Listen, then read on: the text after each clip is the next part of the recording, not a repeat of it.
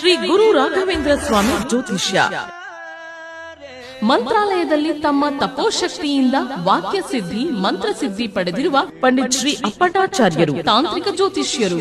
ಶ್ರೀ ಸಾಯಿಬಾಬಾ ಹಾಗೂ ರಾಘವೇಂದ್ರ ಸ್ವಾಮಿಯ ಆರಾಧಕರು. ನಿಮ್ಮ ಸಮಸ್ಯೆಗಳ ಪರಿಹಾರಕ್ಕೆ ಇಲ್ಲಿದೆ ದಿವ್ಯ ಮಾರ್ಗ. ಡಿವೋರ್ಸ್ ಪ್ರಾಬ್ಲಮ್, ಅನಾರೋಗ್ಯ, ಪ್ರೇಮ ವಿಚಾರ, ಸಂತಾನ, ಸಾಲಬಾಧೆ, ಕೋರ್ಟ್ ಕೇಸ್, ವ್ಯಾಪಾರ, ಮಾಟ ಮಂತ್ರ ತಡೆ, ಶತ್ರುಕಾಟ, ಕೌಟುಂಬಿಕ ಕಲಹ, ಇನ್ನೂ ನಿಮ್ಮ ನಿಗೂಢ ಗುಪ್ತ ಸಮಸ್ಯೆಗಳಿಗೆ ಶ್ರೀ ರಾಘವೇಂದ್ರ ಸ್ವಾಮಿಯ ಮೂಲ ಬೃಂದಾವನ ರಹಸ್ಯ ಬಲಿಷ್ಠ ಪೂಜಾ ಶಕ್ತಿಯಿಂದ ಕೆಲವೇ ದಿನಗಳಲ್ಲಿ ಶಾಶ್ವತ ಪರಿಹಾರ ಶತಸಿದ್ಧ. ವಿಶೇಷ ಸೂಚನೆ: ಅಲ್ಲಿ ಇಲ್ಲಿ ಕೇಳಿ ಎಲ್ಲೂ ಪರಿಹಾರವಾಗದ ನಿಮ್ಮ ಸರ್ವ ಸಮಸ್ಯೆಗಳಿಗೆ ಇಲ್ಲಿದೆ ದಿವ್ಯ ಮಾರ್ಗ. ನಂಬಿಕೆಟ್ಟವರಿಲ್ಲವೋ ಈ ರಾಯರ. ನೀವು ಬಯಸುವ ನೆಮ್ಮದಿಯ ಜೀವನಕ್ಕಾಗಿ ಒಮ್ಮೆ ಸಂಪರ್ಕಿಸಿ. ಶ್ರೀ ಗುರು ರಾಘವೇಂದ್ರ ಸ್ವಾಮಿ ಜ್ಯೋತಿಷ್ಯ, ಪಂಡಿತ್ ಶ್ರೀ ಅಪ್ಪಟಾಚಾರ್ಯರು. ಫೋನಿನ ಮೂಲಕ ಪರಿಹಾರ. ಮೊಬೈಲ್ ಸಂಖ್ಯೆ 9081111181. ಓಂ ಶ್ರೀ ಗುರು ರಾಘವೇಂದ್ರಾಯ ನಮಃ. ಎಲ್ರಿಗೂ ನಮಸ್ಕಾರ. ಇವತ್ತಿನ ವಿಡಿಯೋನಲ್ಲಿ ಗುರುವಾರದ ಪೂಜೆ, 12ನೇ ತಾರೀಕು ಗುರುವಾರ, ಯಾವ ರೀತಿ ರಾಯರ ಪೂಜೆ ಮಾಡಬೇಕು, ಜೊತೆಯಲ್ಲಿ ಎಷ್ಟು ದೀಪಾರಾಧನೆ ಮಾಡಬೇಕು, ನೈವೇದ್ಯ ಯಾವ ರೀತಿ, ಎಲ್ಲದರ ಬಗ್ಗೆ ಮಾಹಿತಿಯನ್ನು ಕೊಡ್ತಾ ಹೋಗ್ತೀನಿ. ಸ್ವಲ್ಪ ಧ್ವನಿಯಲ್ಲಿ ವ್ಯತ್ಯಾಸವಿದೆ. ಇಷ್ಟು ದಿವಸ ವಿಡಿಯೋ ಹಾಕಲಿಕ್ಕೆ ಆಗಲಿಲ್ಲ ಅನ್ನೋದಕ್ಕೆ ಕಾರಣವೂ ಕೂಡ ಇದೆ. ಸ್ವಲ್ಪ ವಾಯ್ಸ್ ಬ್ಲಾಕ್ ಆದಂಗಾಗಿತ್ತು, ಮಾತಾಡಲಿಕ್ಕೆ ಆಗೋದಿಲ್ಲ ಅಂತಂದಾಗ ವಿಡಿಯೋ ಇನ್ನಲ್ಲಿಂದ ಸ್ವಲ್ಪ ಅಡ್ಜಸ್ಟ್ ಮಾಡ್ಕೊಳ್ಳಿ. ಗುರುವಾರ ಬಹಳ ಶುಭಪ್ರದವಾಗಿ ಬಂದಿದೆ ನೋಡಿ. ಯಾವುದೇ ವ್ರತವನ್ನು ನೀವು ಪ್ರಾರಂಭ ಮಾಡ್ಕೋಬೇಕು ರಾಯರದು ಅಂತ ಹೇಳಿ ಅಂದ್ಕೊಂಡಿದ್ರೆ ಖಂಡಿತವಾಗಿ ನೀವು ಪ್ರಾರಂಭವನ್ನು ಮಾಡ್ಕೋಬಹುದು. ಪೂಜೆಯ ಶುಭ ಸಮಯ ನಿಮ್ಮ ಸಂಕಲ್ಪಕ್ಕೆ ಆಗಿರಬಹುದು, ಅಥವಾ ದೀಪವನ್ನು ಹಚ್ಚಲಿಕ್ಕೆ ಒಂದು ಒಳ್ಳೆ ಮುಹೂರ್ತದಲ್ಲಿ ದೀಪ ಹಚ್ಚಿ. ಆಗ ಏನಾಗುತ್ತೆ ಅಂದರೆ ಬಹಳ ಬೇಗ ನೀವೇನು ಅಂದ್ಕೊಂಡು ರಾಯರ ಪೂಜೆ ಮಾಡ್ತೀರಾ ಎಲ್ಲವೂ ಕೂಡ ಸಿದ್ಧಿಸುತ್ತೆ. 4:55 5 ಗಂಟೆ 10 ನಿಮಿಷದ ತನಕ ಒಂದು ಮುಹೂರ್ತ ಇದೆ. 2 ಮುಹೂರ್ತವನ್ನು ಹೇಳ್ತೀನಿ ನಾನು. 4:55 5 ಗಂಟೆ 10 ನಿಮಿಷ ಮತ್ತು 5 ಗಂಟೆ 25 ನಿಮಿಷದಿಂದ 5 ಗಂಟೆ 48 ನಿಮಿಷದ ತನಕ ಕೂಡ ಶುಭ ಇರುವಂತಹದ್ದು. ಇನ್ನು ಪೂಜಾ ವಿಧಾನ ಅಂತ ಹೇಳಿ ಬಂದಾಗ, ಈಗ ಆಲ್ರೆಡಿ ನನ್ನ ಸಬ್ಸ್ಕ್ರೈಬರ್ಸ್ಗಳಿಗೆ ಗೊತ್ತೇ ಇರುತ್ತೆ. ಹೊಸದಾಗಿ ಯಾರೆಲ್ಲ ವಿಡಿಯೋ ನೋಡ್ತಾ ಇದ್ದೀರಾ ನೋಡಿ, ಮೊದಲು ರಾಯರ ಫೋಟೋವನ್ನು ಒರೆಸ್ಕೊಂಡು ರಾಯರಿಗೆ ಗಂಧ ಅಥವಾ ಗೋಪಿ ಚಂದನವನ್ನು ಹಚ್ಚಿ, ಇನ್ನು ರಾಯರಿಗೆ ತುಳಸಿ ಮತ್ತು ನೀವು ಏನು ಹೂಗಳನ್ನು ಹಾಕಿ ಅಲಂಕಾರ ಮಾಡ್ತೀರಾ ಆ ಹೂಗಳನ್ನು ಹಾಕ್ಕೊಂಡು ಅಲಂಕಾರವನ್ನು ಮಾಡ್ಕೊಳ್ಳಿ. ರಾಯರ ಎದುರುಗಡೆ ಗುರುವಾರ 2 ಬೆಳ್ಳಿ ಅಥವಾ ಹಿತ್ತಾಳೆ ದೀಪ ಅಥವಾ ದೀಪಾಲೆ ಕಂಬ ಏನನ್ನು ಇಟ್ಟುಕೊಂಡ್ರೂ ಸರಿಯೇ. ಅದಕ್ಕೂ ಕೂಡ ತುಪ್ಪವನ್ನು ಹಾಕಿ ಹಚ್ಚಿ, ಇನ್ನು ಉಳಿದಂತೆ 5 ಮಣ್ಣಿನ ದೀಪವನ್ನು ರಾಯರ ಎದುರುಗಡೆ ಹಚ್ಚಬೇಕಾಗತ್ತೆ. ಒಟ್ಟು ರಾಯರ ಮುಂದೆ 7 ದೀಪಗಳು ಆಗುತ್ತವೆ. ಶ್ರೀಹರಿಯ ಪೂಜೆಯನ್ನು ಮಾಡುವಂತಹದ್ದನ್ನು ಗುರುವಾರ ಮರಿಬೇಡಿ. ಅವರ ಫೋಟೋವನ್ನು ಕೂಡ ಒರೆಸ್ಕೊಂಡು ಗಂಧ, ಅರಿಶಿಣ, ಕುಂಕುಮ, ಸ್ವಲ್ಪ ತುಳಸಿಯನ್ನು ಹಾಕಿ ಹೂಗಳನ್ನು ಹಾಕಿ ಅಲಂಕಾರ ಮಾಡಿಕೊಂಡು 1 ಮಣ್ಣಿನ ದೀಪವನ್ನು ತುಪ್ಪದಲ್ಲಿ ಹಚ್ಚಿ. ಈ ಹಂತ ಏನಿದೆಯಲ್ಲ ಅದಕ್ಕೆ ನಾವು ಬಹಳ ಪ್ರಾಮುಖ್ಯತೆಯನ್ನು ಕೊಟ್ಟು ರಾಯರ ಪೂಜೆಯನ್ನು ಎಷ್ಟು ಪ್ರೀತಿಯಿಂದ ಮಾಡ್ತೀವಿ ಅಷ್ಟೇ ಪ್ರೀತಿಯಿಂದ ಅವರ ಪೂಜೆಯನ್ನು ಕೂಡ ಮಾಡಿದ್ರೆ ಅವರಿಂದನೂ ಕೂಡ ಹೂಪ್ರಸಾದ ಸಿಗುತ್ತೆ.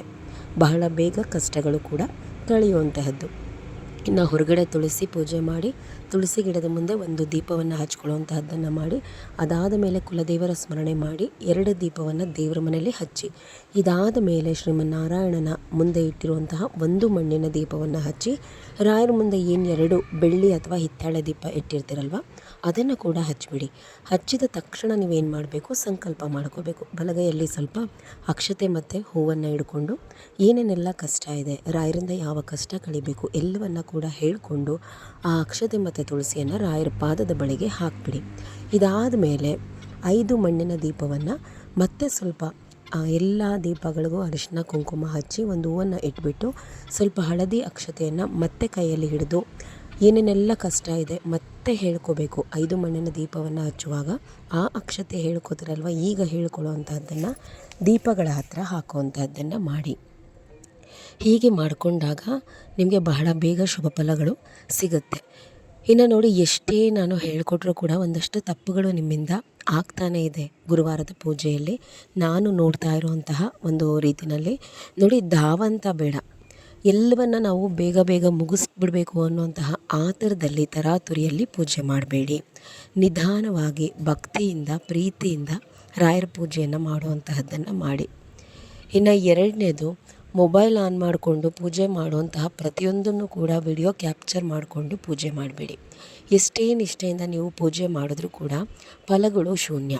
ಇಂತಹವ್ರ ಮನೆಯಲ್ಲಿ ಏನಾಗುತ್ತೆ ಅಂದರೆ ಸದಾ ಕಲಹ, ಅಂದರೆ ಜಗಳಗಳು. ನೀವು ಯಾವಾಗ ಮೊಬೈಲ್ ಆನ್ ಮಾಡಿಕೊಂಡು ವಿಡಿಯೋ ಕ್ಯಾಪ್ಚರ್ ಮಾಡಿಕೊಂಡು ಪೂಜೆ ಮಾಡ್ತೀರಾ ಅಂಥವ್ರ ಮನೆಯಲ್ಲಿ ಅಬ್ಸರ್ವ್ ಮಾಡ್ಕೊಳ್ಳಿ, ಸ್ವಲ್ಪ ಬಹಳ ಜಗಳಗಳು ನಡೆಯುವಂತಹದ್ದು, ಅಥವಾ ಏನೇ ಕೆಲಸ ಕಾರ್ಯಗಳಲ್ಲಿ ಸ್ವಲ್ಪ ಹಿನ್ನಡೆ ಆಗುತ್ತೆ.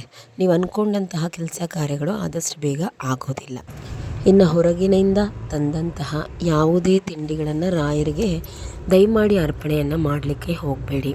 ರಾಯರಿಗೆ ಮನೆಯಲ್ಲಿ ನೀವು ಸ್ನಾನ ಮಾಡಿಕೊಂಡು ಮಡಿ ಉಟ್ಕೊಂಡು ಮಡಿಯಿಂದ ಏನು ನೀವು ತಯಾರಿ ಮಾಡ್ತಿರಲ್ವ ಅಂತಹದ್ದಷ್ಟೇ ರಾಯರಿಗೆ ನಾವು ನೈವೇದ್ಯವಾಗಿ ಇಡಬೇಕು. ಈ ಬಾರಿ ಮಂತ್ರಾಲಯಕ್ಕೆ ಹೋದಾಗ ರಾಯರ ಮಹಾಮಂಗಳಾರತಿಗೆ ಮುಂಚೆ ರಾಯರ ನೈವೇದ್ಯವನ್ನು ರಾಯರಿಗೆ ಅರ್ಪಣೆ ಮಾಡ್ತಿದ್ದಂತಹ ರೀತಿಯನ್ನು ನೋಡಿದಾಗ ಇಷ್ಟರ ಮಟ್ಟಕ್ಕೆ ಅವರು ಮಡಿ ಪಾಲನೆ ಮಾಡ್ತಾರಪ್ಪ ರಾಯರಿಗೆ ನೈವೇದ್ಯ ಅರ್ಪಣೆ ಮಾಡುವಾಗ ಅಂತ ಹೇಳಿ ಅನ್ನಿಸ್ತು. ರಾಯರ ಬೃಂದಾವನಕ್ಕೆ 12 ಗಂಟೆಗೆ ಸರಿಯಾಗಿ ನೈವೇದ್ಯವನ್ನು ಅರ್ಪಣೆ ಮಾಡಿ ಮಹಾಮಂಗಳಾರತಿಯನ್ನು ಮಾಡ್ತಾರೆ. ತಟ್ಟಿನಲ್ಲಿ ಒಂದು ಬಾಳೆ ಎಲೆ ಮುಚ್ಚಿಟ್ಕೊಂಡು ಅವರು ನೈವೇದ್ಯವನ್ನು ಒಳಗಡೆ ತಗೊಂಡು ಹೋಗ್ತಾರಲ್ಲ, ಆ ಹಾದಿನಲ್ಲೇ ಯಾವ ಜನಗಳು ಕೂಡ ಎದುರಾಗೋ ಹಾಗಿಲ್ಲ. ಬಹಳ ಒಂದು 4 ಹೆಜ್ಜೆ ದೂರ ನಿಂತಿರಬೇಕು ಅವರು ನೈವೇದ್ಯ ತಗೊಂಡು ಹೋಗುವಾಗ. ಅಷ್ಟರ ಮಟ್ಟಕ್ಕೆ ಮಡಿಯಿಂದ ರಾಯರಿಗೆ ನೈವೇದ್ಯವನ್ನು ತಗೊಂಡು ಹೋಗಿ ಅರ್ಪಣೆ ಮಾಡ್ತಾರೆ. ಅಂತಹದ್ರಲ್ಲಿ ನಾವು ಏನೇನೋ ಹೊರಗಿನಿಂದ ಸಿಕ್ಕಿದ್ದನ್ನೆಲ್ಲ ತಂದು ರಾಯರಿಗೆ ಅರ್ಪಣೆ ಮಾಡಿದ್ರೆ ಖಂಡಿತವಾಗಿ ಅದರಿಂದ ಯಾವ ಫಲವೂ ಕೂಡ ಇಲ್ಲ. ಅದರ ಜೊತೆ ಇನ್ನೊಂದಷ್ಟು ದೋಷವನ್ನು ತಂದು ಮೈ ಮೇಲೆ ಹೇಳ್ಕೊತೀರ ಅಷ್ಟೇ. ಹೊರಗಿನ ಯಾವ ತಿಂಡಿಗಳು ಕೂಡ ರಾಯರಿಗೆ ಅರ್ಪಣೆ ಮಾಡೋದಕ್ಕೆ ಬರೋದಿಲ್ಲ.